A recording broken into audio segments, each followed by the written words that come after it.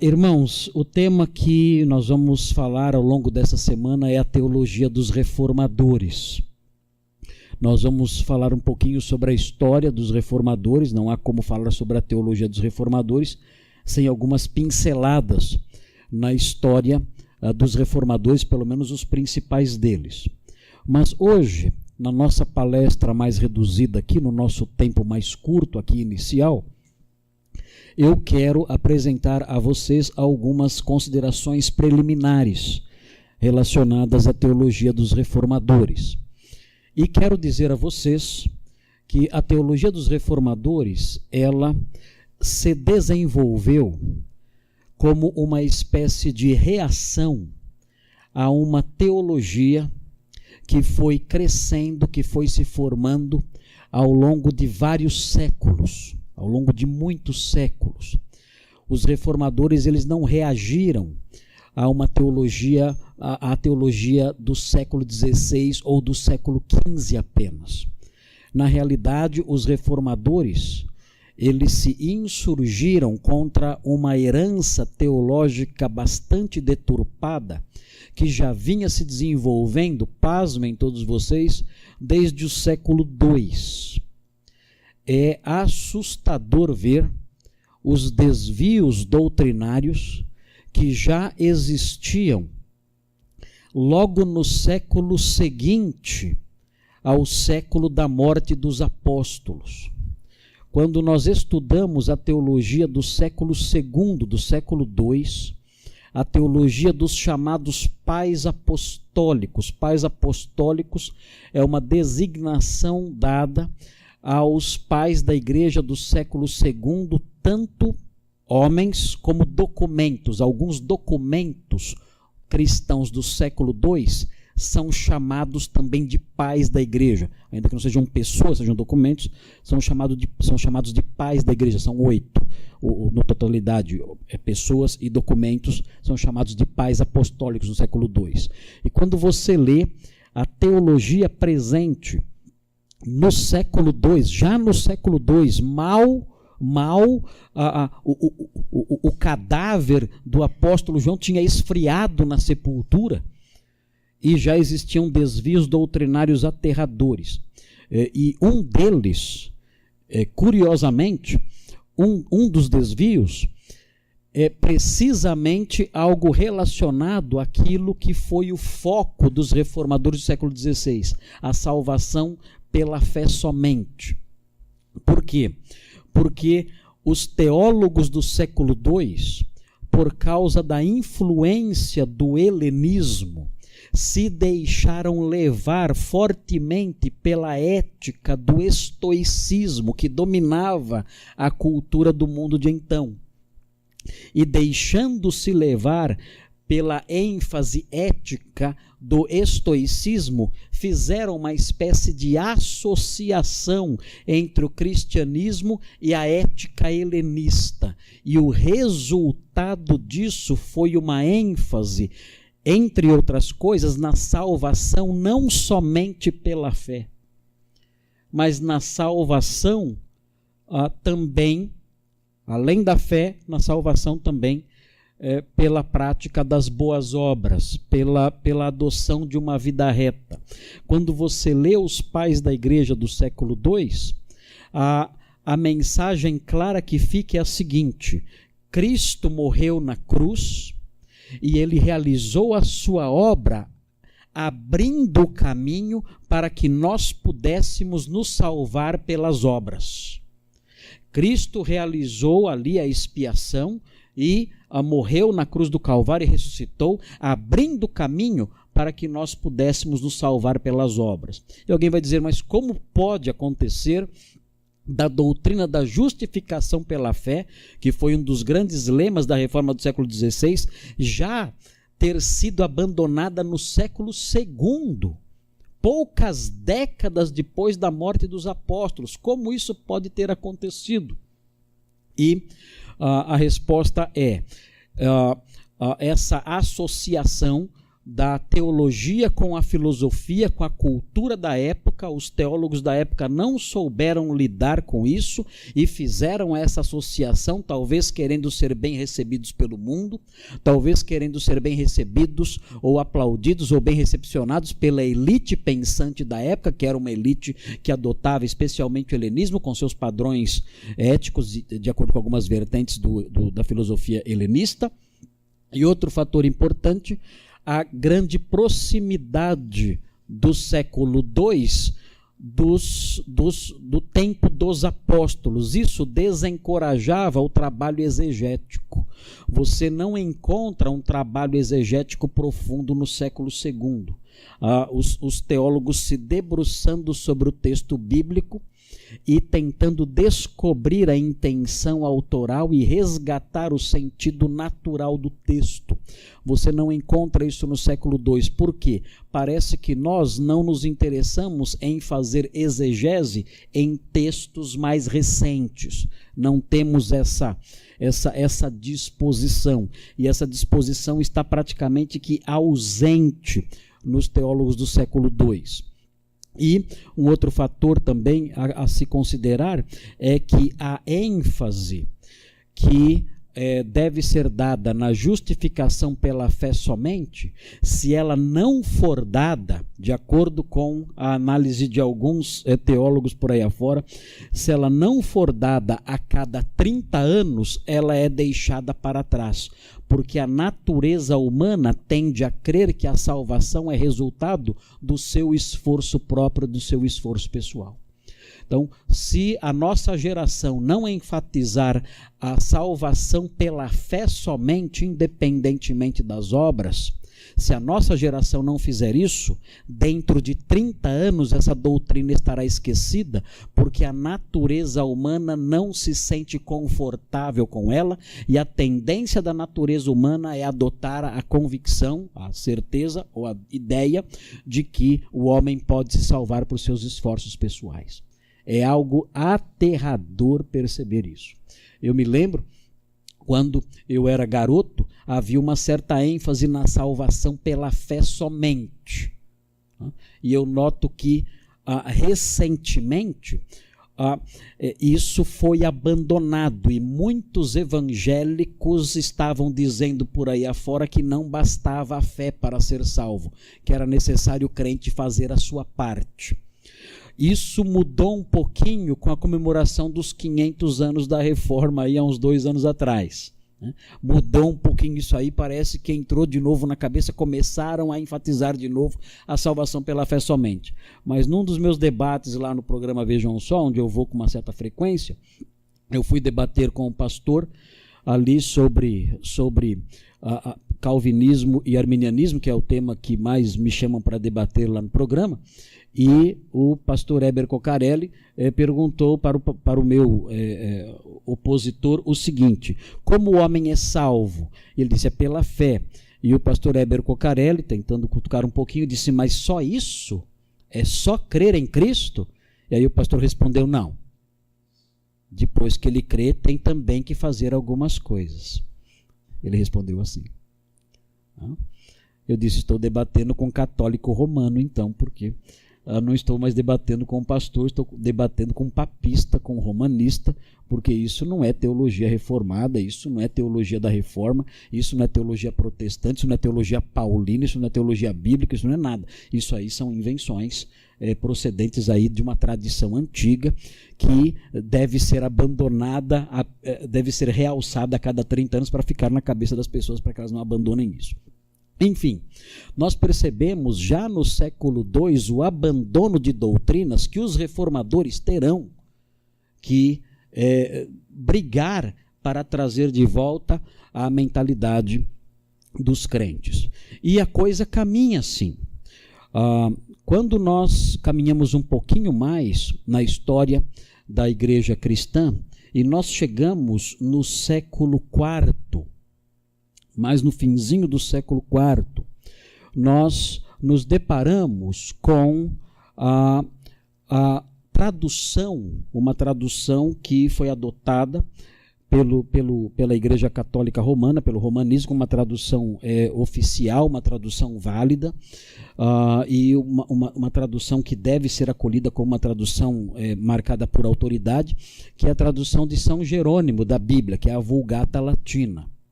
O que acontece com a Vulgata Latina? O que tem a Vulgata Latina que ver com a teologia dos reformadores? Bem, a Vulgata Latina, ela apresenta algumas traduções de alguns versículos que serviram como o embrião de uma teologia que passou a se desenvolver e a amadurecer a partir do final do século IV e assim por diante, e seguiu em frente até o século XVI. Existem alguns versículos na Vulgata de São Jerônimo, construída, traduzida, produzida no final do século IV, que são versículos curiosos e que deram combustível, que serviram como base para erros doutrinários. Então, por exemplo, se você olhar na sua Bíblia o texto de Mateus 3:2, dê uma olhadinha na sua Bíblia, nesse texto de Mateus 3:2. O que você encontra lá? Em Mateus 3:2.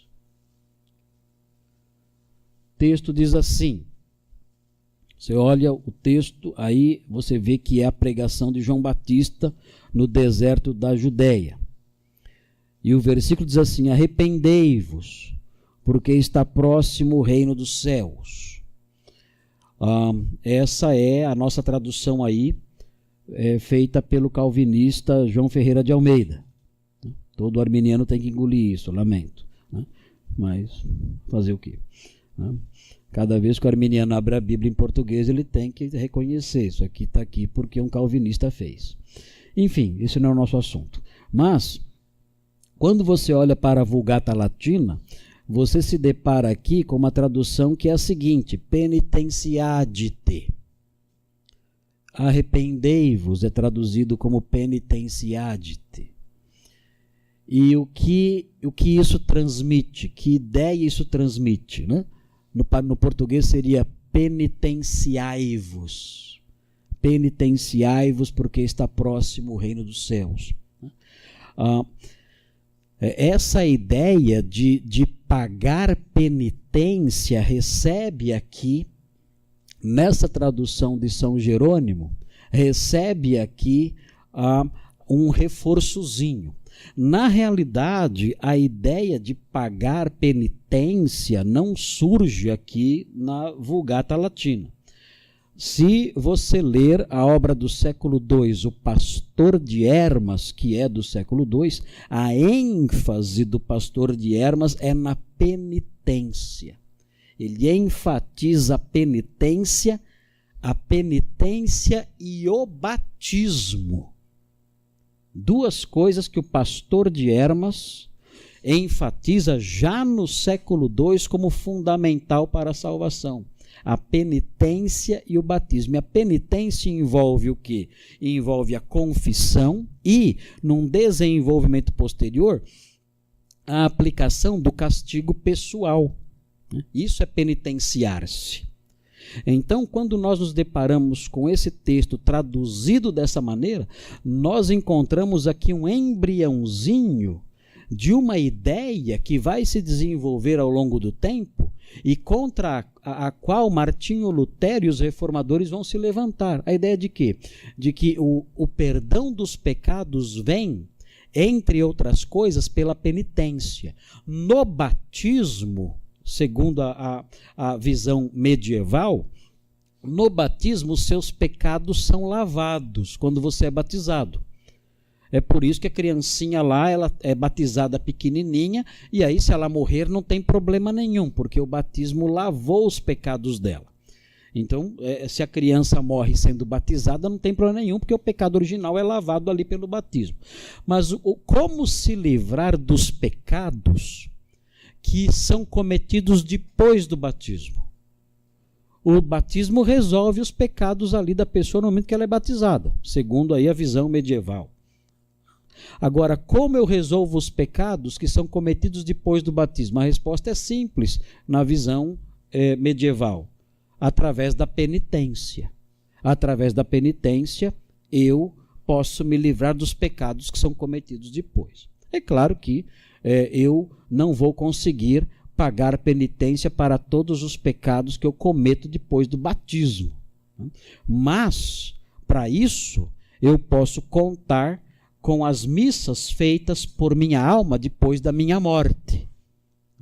Porque há também o desenvolvimento, na Idade Média, de uma ideia vinda já desde a Igreja Antiga, de que existe o purgatório. A alma não vai direto para o inferno, ela tem uma segunda chance, porque seria uma baita de uma injustiça eu morrer e ir para o inferno porque faltaram 2 ou 3 pecados para eu confessar. Então isso é demais, é punição demais. Então tem que ter uma segunda chance para mim. Então me manda para o purgatório, lá no purgatório eu sofro um pouquinho, alguém reza lá algumas missas para mim ali, pessoas vivas rezam algumas missas para mim e pagam os meus pecados, então eu consigo então sair do purgatório. Enfim, mas essa ideia da penitência fazia parte da teologia contra a qual Martinho Lutero e os demais reformadores se insurgiram, e essa teologia nós temos um pouquinho do embrião dela já na Vulgata Latina no século IV, final do século IV, e temos também o embrião dela já no século II com escritos como esse que eu mencionei, que denominado aí o Pastor de Hermas. Na Idade Média,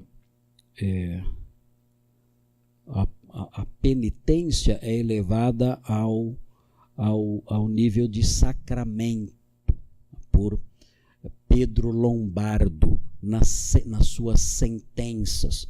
Ele eleva ao nível de sacramento. Sacramento é o meio através do qual a graça pode chegar ao pecador.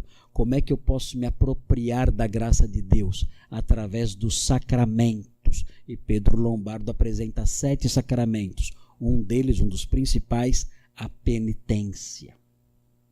Se você olhar na sua Bíblia, Lucas 1:28, Lucas 1:28, você vai ver um outro probleminha da Vulgata Latina, Lucas 1:28.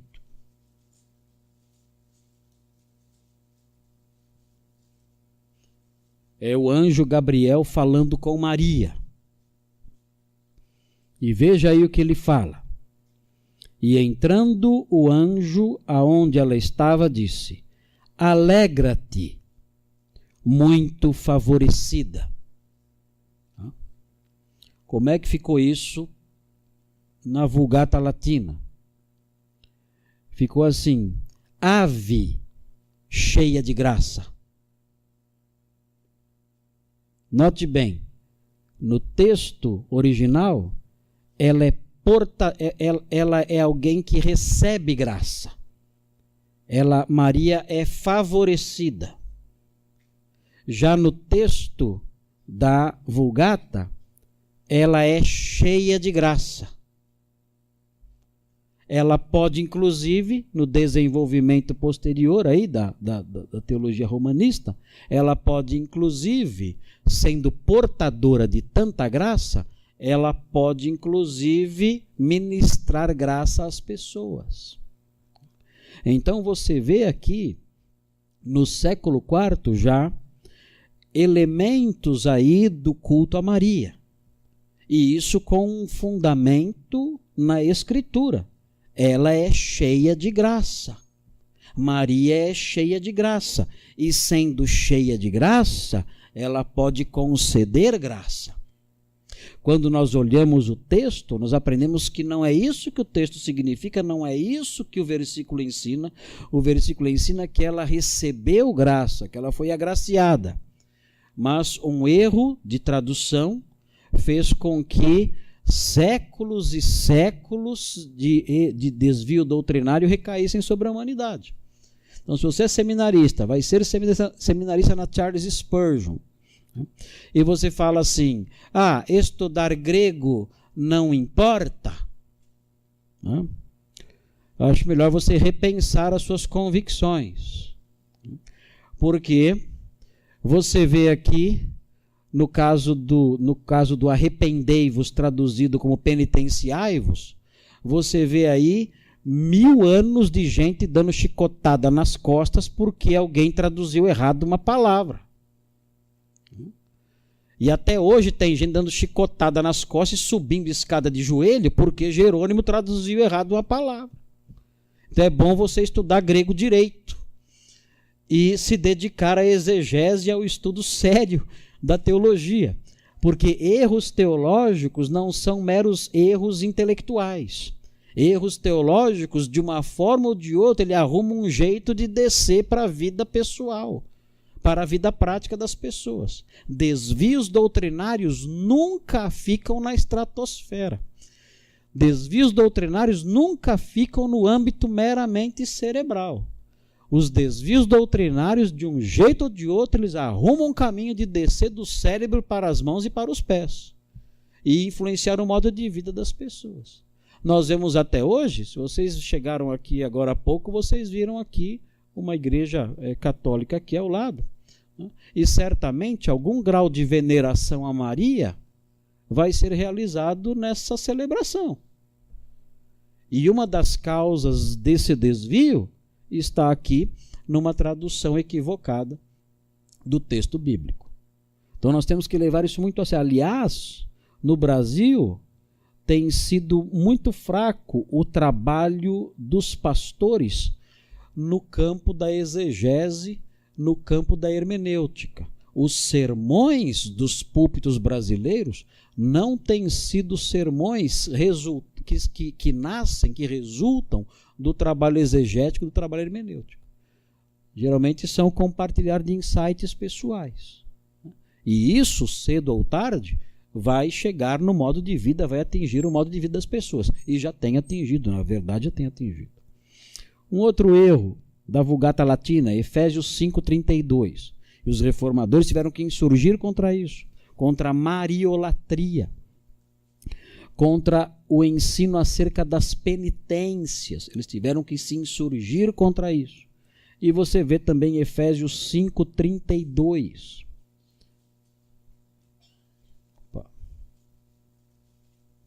Efésios 5,32. Veja o que diz aí. Diz assim, falando sobre o casamento: grande é este mistério, mas eu me refiro a Cristo e à igreja. Como isso foi traduzido na Vulgata Latina? Ficou assim: grande é este sacramento. E aí então você tem o fundamento bíblico da doutrina sacramentalista, da visão sacramentalista. E mais uma vez, o que é o sacramentalismo? É a ideia de que por meio dos sacramentos a graça de Deus pode chegar ao homem. Como é que eu me aproprio da graça de Deus manifesta na obra de Cristo na cruz? Cristo morreu na cruz por mim. E isso é uma expressão da sua graça. Como eu me aproprio dos benefícios dessa graça de Cristo ali expressa, demonstrada na cruz por mim? A teologia medieval dizia, através dos sacramentos.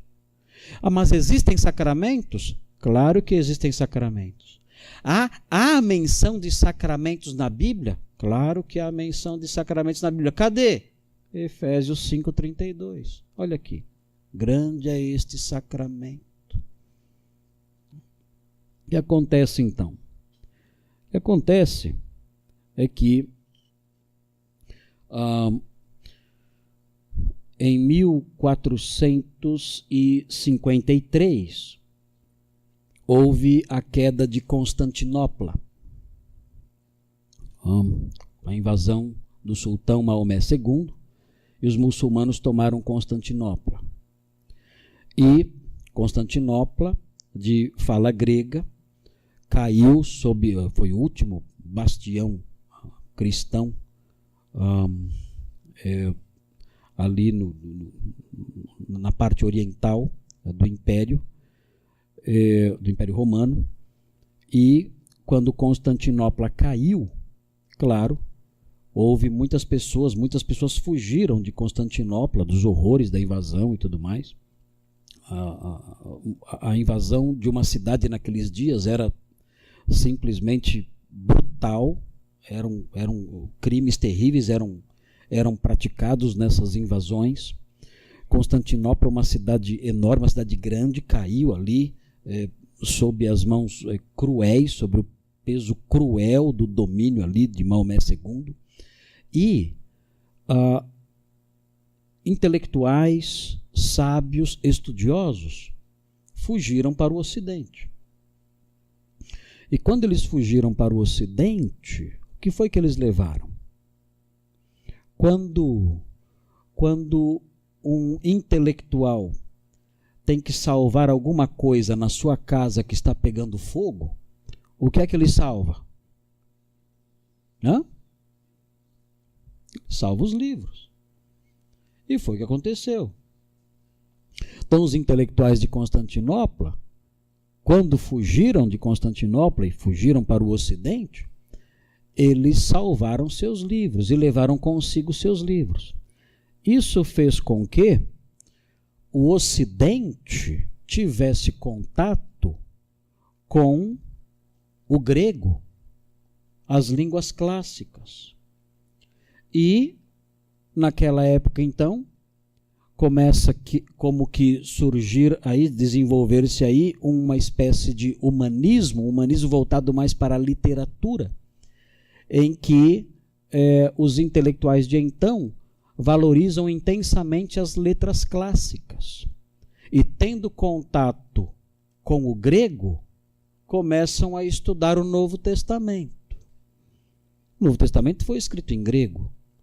E, estudando o Novo Testamento, em grego, começam a comparar as conclusões procedentes da análise do texto grego com as práticas que existiam na igreja medieval.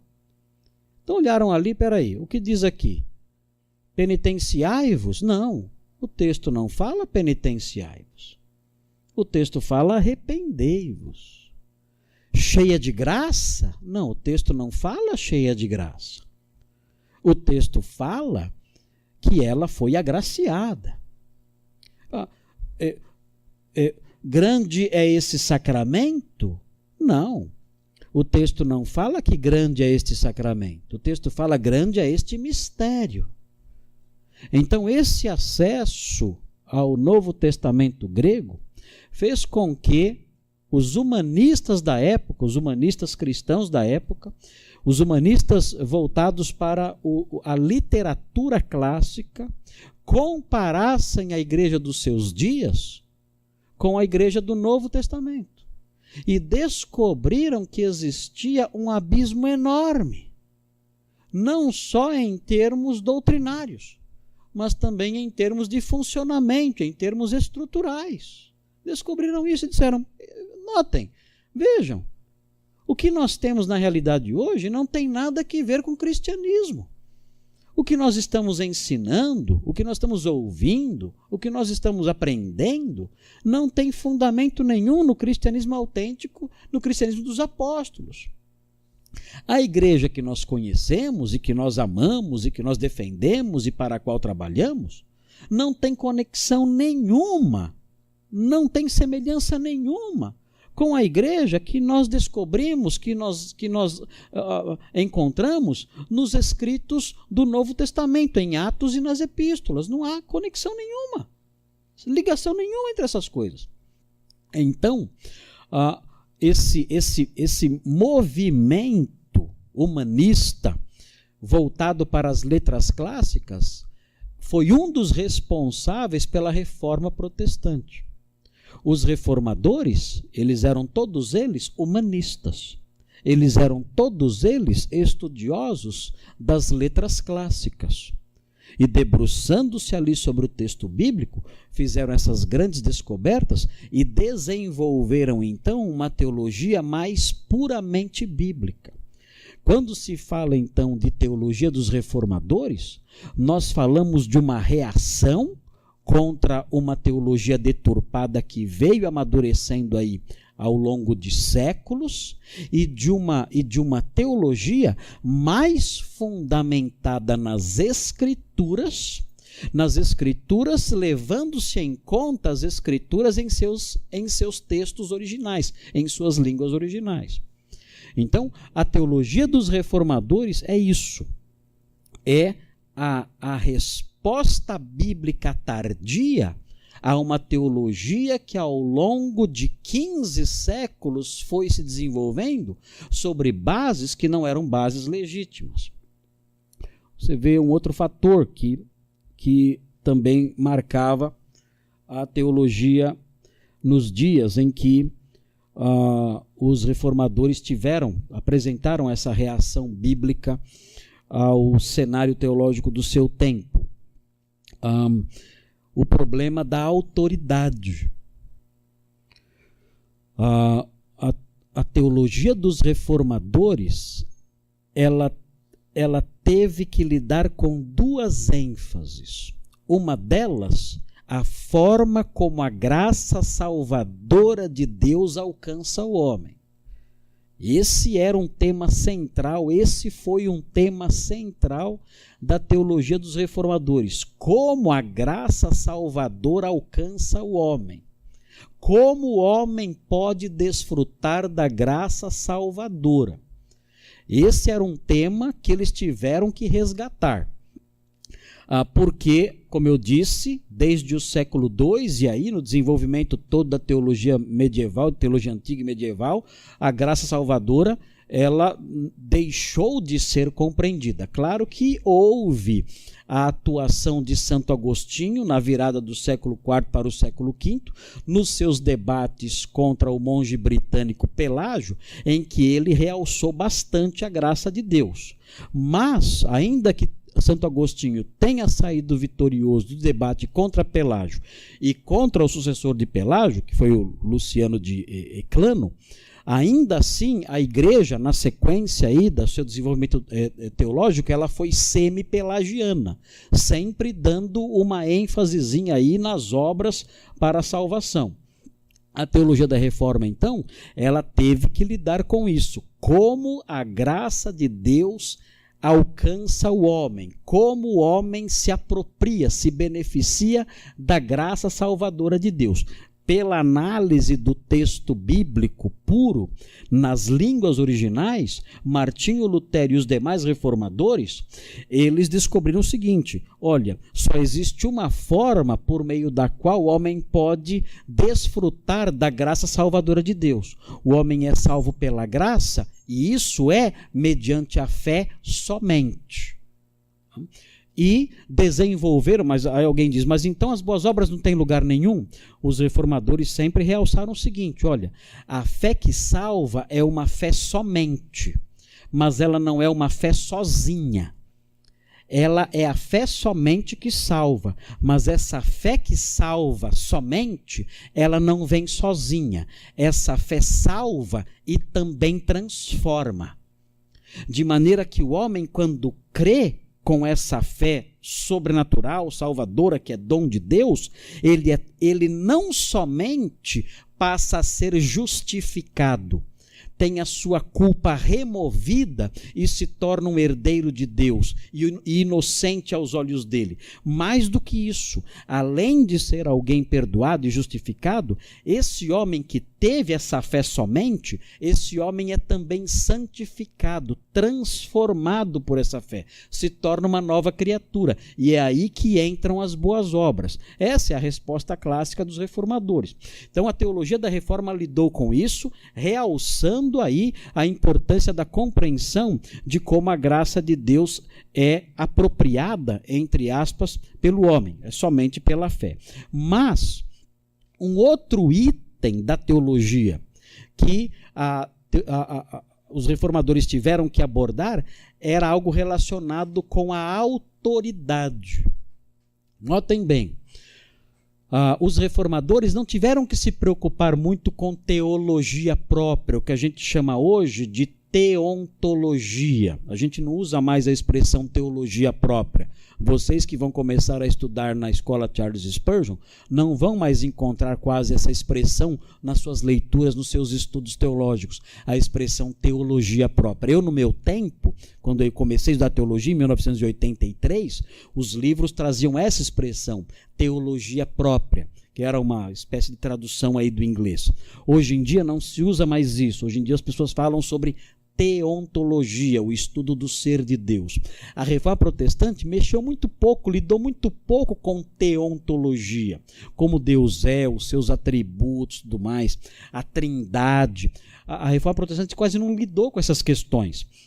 Essas questões ligadas à teontologia, especialmente à Trindade, essas questões foram debatidas no século II, no século III, porque no século II e no século III eles tiveram que lidar com essas questões, porque o helenismo da época questionava a natureza do Deus judaico, do Deus cristão.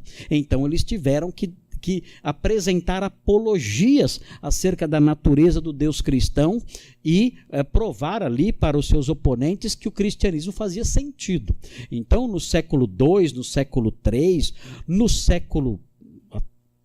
até o comecinho do século IV, surgiram lá os apologistas, aqueles teólogos que defendiam a natureza de Deus conforme apresentado nos escritos do Novo Testamento. Então, a Reforma Protestante não se preocupou muito com essa questão. Se você olhar, por exemplo, a cristologia, o ensino clássico, o ensino ortodoxo de que o Filho de Deus, a segunda pessoa da Trindade, é 100% Deus e 100% homem. O que nós chamamos, o que convencionou se chamar, a partir dos escritos dos grandes capadócios, mais especificamente Gregório de Nazianzo, convencionou chamar de união hipostática, a união das duas naturezas, divina e humana, numa só pessoa, na pessoa de Cristo. Essa doutrina ela foi desenvolvida a partir do século IV, e ela é afirmada de modo categórico e definitivo no Concílio de Calcedônia em 451. Os reformadores, eles não tiveram que se preocupar com essa doutrina. Eles abraçaram Calcedônia brandamente. E nós aqui hoje, a escola Charles Spurgeon e nós, evangélicos ortodoxos, nós todos, sabendo ou não, nós adotamos os ensinos de Calcedônia. Você sabia que você adota Calcedônia? Não sabia? Você adota Calcedônia sem saber, que afirma que Jesus é 100% humano e 100% divino e trabalha com essa questão, com essas discussões das duas naturezas. Os reformadores não se preocuparam tanto com isso. Claro que eles debateram um pouquinho sobre isso, há uma correspondência entre Lutero e Zwinglio acerca dessas questões aí da cristologia, mas não foi o foco da Reforma Protestante a cristologia. Escatologia. Os reformadores não se preocuparam tanto com escatologia. Na realidade, nem mesmo os pais da igreja se preocuparam muito com escatologia. Os pais da igreja se preocuparam com escatologia na medida em que eles tiveram que defender a ressurreição. Porque na mentalidade helenista, que era o contexto cultural dentro do qual eles viveram, a ressurreição não fazia o menor sentido, porque na mentalidade helenista a matéria é má. Como poderia uma alma, tendo se libertado da matéria má, voltar para a matéria má através da ressurreição? Isso não fazia o menor sentido. Então, tiveram que defender a doutrina da ressurreição e falar um pouquinho sobre escatologia nessa época. Mas os reformadores, eles não deram muita ênfase à escatologia, não falaram quase nada da escatologia. Na verdade, os reformadores, eles falaram muito brevemente, na teologia da reforma nós encontramos isso, acreditando que na realidade eles já estavam vivendo na iminência da vinda de Cristo. Por quê? Eles acreditavam, olha, Cristo está voltando já. Ele está chegando e ele está às portas, porque eles acreditavam piamente que Cristo estava prestes a voltar. Por quê? Porque eles acreditavam que o Papa era o anticristo, que se assentava no trono de Deus como se fosse Deus. E não era isso realmente que o Papa fazia? Então eles diziam, olha, o Papa é o anticristo. Essa era uma afirmação comum entre os reformadores. O Papa é o anticristo. Logo, estamos no fim dos tempos. Estamos no fim dos tempos, o Senhor Jesus está prestes a voltar. Mas falavam isso? Falavam, mas essa não era a ênfase também da Reforma Protestante. A ênfase qual era? A soteriologia. A soteriologia era crucial, o modo como a graça pode chegar ao homem pecador. E o segundo fator, a graça eu já falei, o segundo fator era relacionado à fonte de autoridade. Qual é a autoridade máxima, infalível, intocável, inquestionável da igreja? Essa era outra questão. Uma questão ligada à eclesiologia. Então os reformadores enfatizaram a soteriologia e a eclesiologia, enfatizaram muito isso.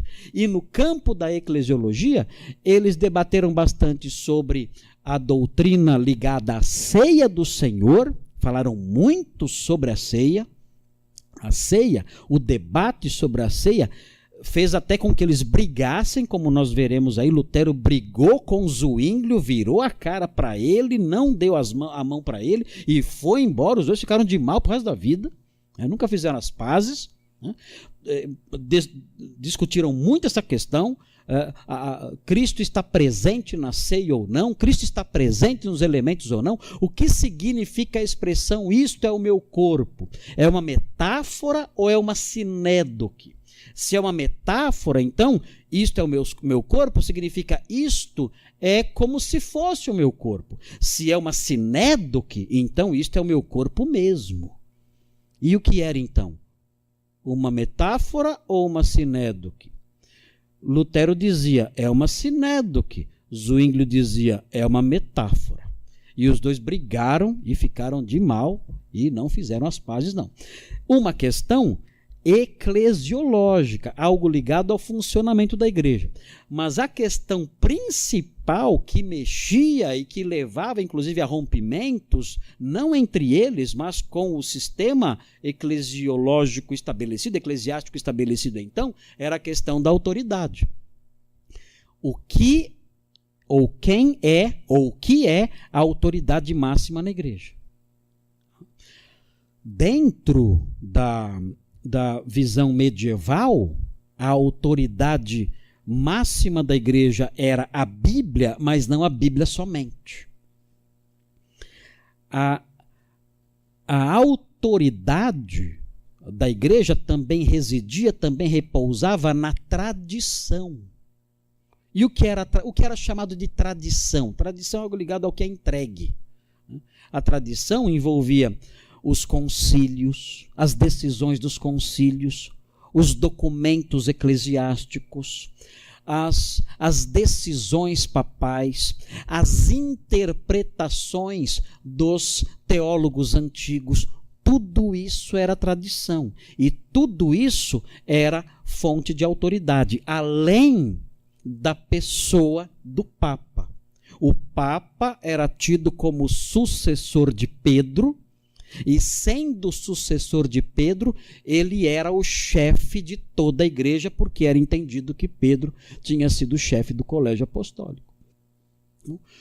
Isso foi robustecido especialmente com o ministério, com o trabalho de Gregório Magno, que subiu ao trono pontifício ou que subiu ao episcopado de Roma no ano 590, e por causa das invasões bárbaras, Gregório Magno conseguiu unir funções eclesiásticas com funções políticas e sociais. E isso fez com que a sua autoridade desse um salto, crescesse muito. Ele foi um homem de uma grande habilidade administrativa e diplomática, além de um homem bastante inteligente no campo teológico, talvez no campo teológico não muito inteligente, mas enfim, influente no campo teológico. E com isso, então, surgiu a figura de um bispo que tem poder espiritual e que tem poder temporal.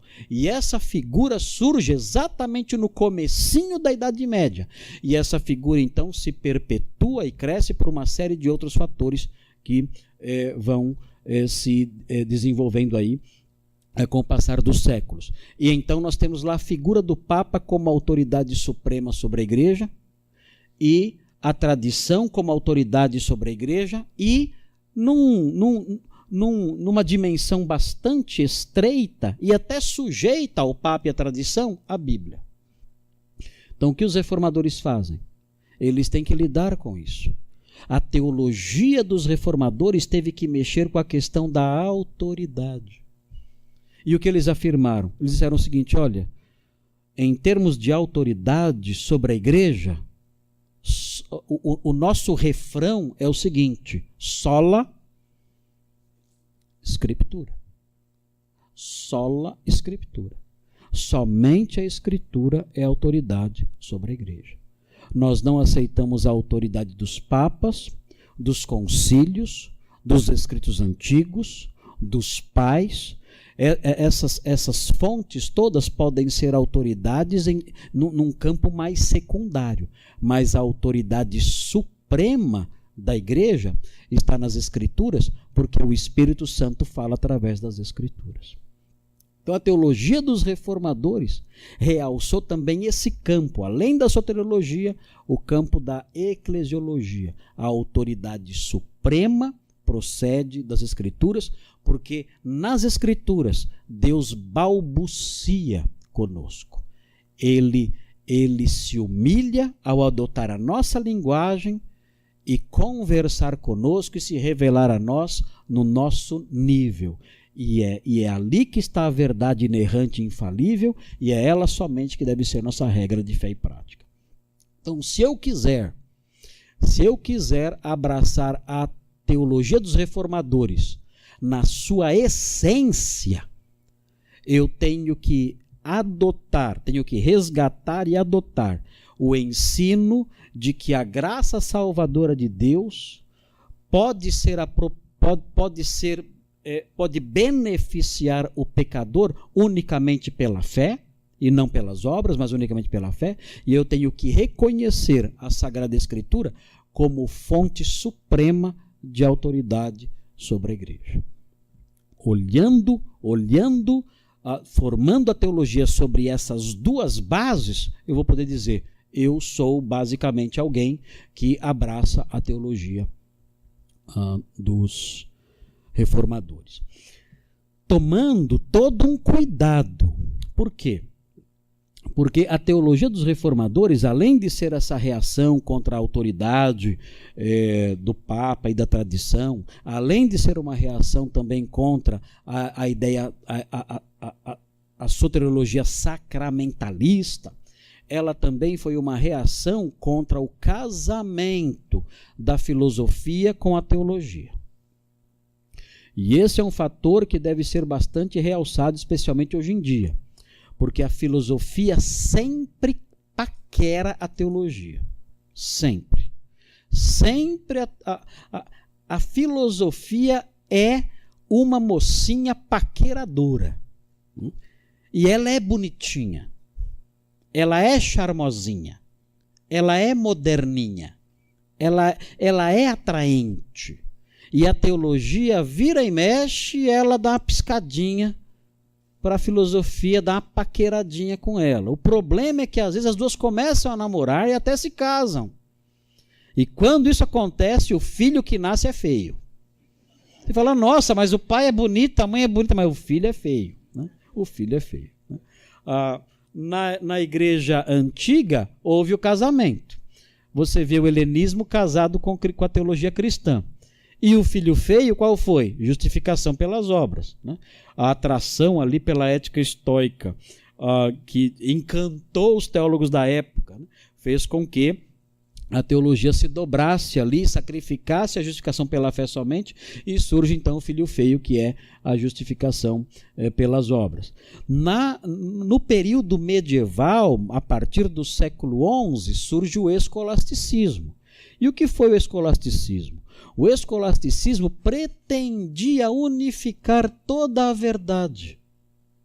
Então notem bem, o homem medieval era um homem que sonhava com a unidade de tudo. Aliás, os papas medievais, inclusive a partir do século XI, Os papas medievais sonhavam com o mundo todo, todos sendo um só rebanho, debaixo de um só pastor. Qual era esse pastor? Ele, o Papa. Né? O mundo todo unido, todos um só rebanho, debaixo de um só pastor, o Papa. Esse foi o sonho de Gregório VII, Inocêncio III. Né? Fizeram isso, unificar toda a cristandade sobre o cetro ali do chefe da igreja.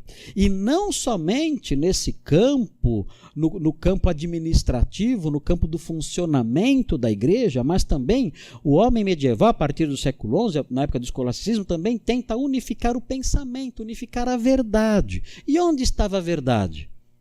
Bem, para o homem daquela época, a verdade estava em dois lugares. A verdade poderia ser alcançada pela razão e pela revelação. Até que dá para caminhar um pouquinho até aí, né? Eu consigo chegar a algumas verdades pela razão sem a revelação, é verdade. Mas eu tenho que tomar cuidado até onde eu vou com essa afirmação. Porque o que começaram a dizer, olha, no campo da razão, nós temos uma fonte de autoridade. Quem é essa fonte de autoridade que parece ser a fonte maior de autoridade no campo da razão? Que, claro, sabemos, é a filosofia, mas a filosofia de quem? Desde as invasões árabes a partir do século VIII, né, os ocidentais tinham tido contato com os escritos de Aristóteles. A Espanha árabe, a Espanha foi conquistada, o término, né, da conquista espanhola, quando ela se concluiu na primeira etapa, foi em 732, quando houve a Batalha de Tours e Carlos Martelo impediu nos Pirineus que o avanço muçulmano ultrapassasse os Pirineus e chegasse no restante da Europa. Então, os muçulmanos ficaram só na Espanha, e ficaram na Espanha até 1492. Note bem, são 800 anos de domínio árabe na Espanha. Agora você entende por que a sua avó espanhola é tão brava. Né? Porque o espanhol ele é tão rigoroso ali nas suas convicções católicas. Por quê? Porque ele teve que lutar durante 800 anos contra uma fé estrangeira. Os espanhóis tiveram que lutar durante 800 anos contra uma fé invasora. Por isso, até hoje, se você for pregar o evangelho na Espanha e dizer, olha, eu não sou católico, a fé que eu quero apresentar não é católica, eles saem correndo atrás de você. A reforma protestante nunca conseguiu atingir a Espanha, porque esses 800 anos de apego ao catolicismo contra a fé invasora fez com que aquele país se apegasse fortemente ao romanismo, ao catolicismo. Olha o nome da rainha que deu vitória aos cristãos, Isabel a Católica, casada com Fernando de Aragão. Os dois são chamados de os reis católicos.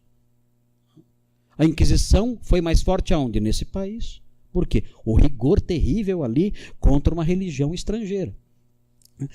Mas, ainda que o cristianismo espanhol tenha conseguido rechaçar a presença islâmica na Península Ibérica, o fato é que a influência cultural de 800 anos de presença árabe ali não podia ficar em branco, não ia deixar de deixar suas marcas. Se você for na Espanha hoje, você vai encontrar a presença árabe até na arte, nas construções, na arquitetura e nas decorações, você encontra os traços da cultura árabe na Espanha, em toda a Espanha hoje, Espanha e Portugal.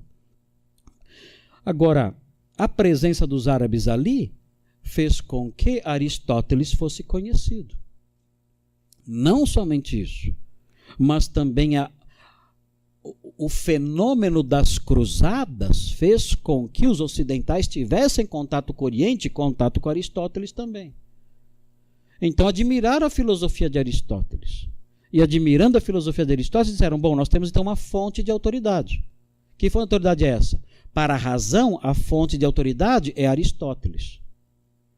para a revelação, a fonte de autoridade é a Bíblia. Então nós temos duas fontes de autoridade: Aristóteles e a Bíblia. O escolasticismo foi isso. Mais uma vez, o casamento da filosofia com a teologia. E mais uma vez, né, os filhos que nasceram foram filhos feios. Por quê? Isso dá trabalho explicar. Estão cansados? Querem cantar um corinho? Não?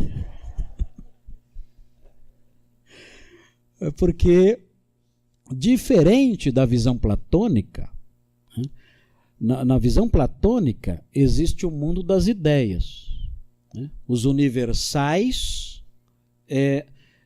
existem numa dimensão além do mundo das coisas, das res, da realidade. Res é realidade, coisas, por isso chamamos de realidade as coisas. E tem os universais. No platonismo, os universais existem numa outra dimensão, além desta aqui, e este mundo das coisas, da realidade, são apenas reflexos desse mundo ideal. Nós somos apenas sombras. O que existe aqui são apenas sombras de um mundo ideal. No aristotelismo é diferente. Se no platonismo o jargão é universalia ante rem, ou seja, os universais numa dimensão separada das coisas, as coisas apenas sendo um reflexo dos universais, no aristotelismo o mote é universalia in re. Os universais estão nas coisas. Então esqueça essa dimensão supra-realista. Os universais, as perfeições, os ideais estão nas coisas. Então, onde está o reino dos céus? Onde está o reino dos céus? Onde? Está lá? Não. Olha a igreja, olha o Papa, olha as catedrais. Esse é o reino dos céus. E então, com isso, o domínio da igreja sobre o homem é muito mais intenso. Isto é o meu corpo.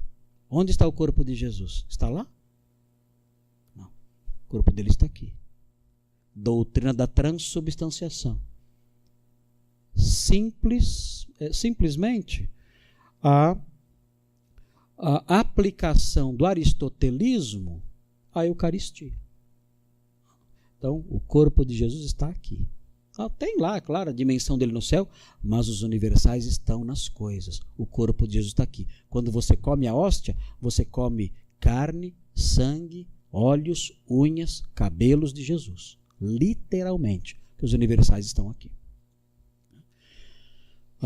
Os reformadores reagiram também contra esse casamento da teologia com o aristotelismo. E disseram: não, é sola escritura. Nós não temos conexão nenhuma com Aristóteles. O máximo que os reformadores acolheram, além das escrituras, mas não no mesmo nível, claro, não como autoridade no nível das escrituras, foram os escritos, as produções de Santo Agostinho. Os reformadores usaram muito Santo Agostinho. Gostaram muito de Santo Agostinho. Se você ler as Institutas da religião cristã, vocês vão ver que João Calvino, ele cita as escrituras continuamente. As escrituras são uma obra de exegese, na verdade. Cada versículo que é citado, quase cada versículo que é citado, o João Calvino comenta aquele versículo, explica aquele versículo. E, além de citar as escrituras, ele cita bastante alguns pais da igreja, mas especialmente Santo Agostinho. Que, na realidade, Santo Agostinho não era aristotélico, Santo Agostinho ele era neoplatônico. E ele é citado ali na sua vasta obra ali, e merecidamente, porque Santo Agostinho realmente foi um teólogo extraordinário. Eu sou devoto de Santo Agostinho, né? Eu admiro muito a Santo Agostinho em vários seus ensinos, não em todos, mas em vários seus ensinos, e realmente a obra de Santo Agostinho foi bastante útil para a afirmação de diversos dogmas da Reforma Protestante. Bom, então, a teologia da Reforma envolve uma reação contra o ensino da graça que é alcançada por meio dos sacramentos. Não, isso está errado. Nós somos agraciados com a salvação de Cristo unicamente pela fé. Uma reação contra a ideia de que a autoridade da igreja procede da tradição e procede do bispo de Roma. Não. A autoridade da igreja sobre a igreja é somente a Escritura. E uma reação contra o casamento da teologia com o aristotelismo. Não. Nós não temos que casar a teologia com o aristotelismo, nem com filosofia nenhuma. Basta apenas a Escritura ela é suficiente. Nesse último aspecto, hoje em dia nós temos que tomar um cuidado maior, porque nós rejeitamos a salvação pelas obras, né? Nós rejeitamos a autoridade papal, mas nós evangélicos, vira e mexe, estamos flertando aí com a filosofia. Vira e mexe é evangélico flertando com psicologia, é evangélico flertando com existencialismo, é evangélico flertando com essas tendências filosóficas modernas, a pluralidade da verdade, a pós-modernidade, a exegese pós-moderna, a igreja pós-moderna. Isso aí nós ainda não aprendemos, que casamento de cristianismo com filosofia não dá certo. Os reformadores aprenderam e nos ensinaram a promover o divórcio, pelo menos nessa área, o divórcio é bem-vindo. Mas está aí um resumão inicial. Amanhã, então, nós vamos falar especificamente sobre a teologia de Martinho Lutero e depois sobre os outros reformadores aí.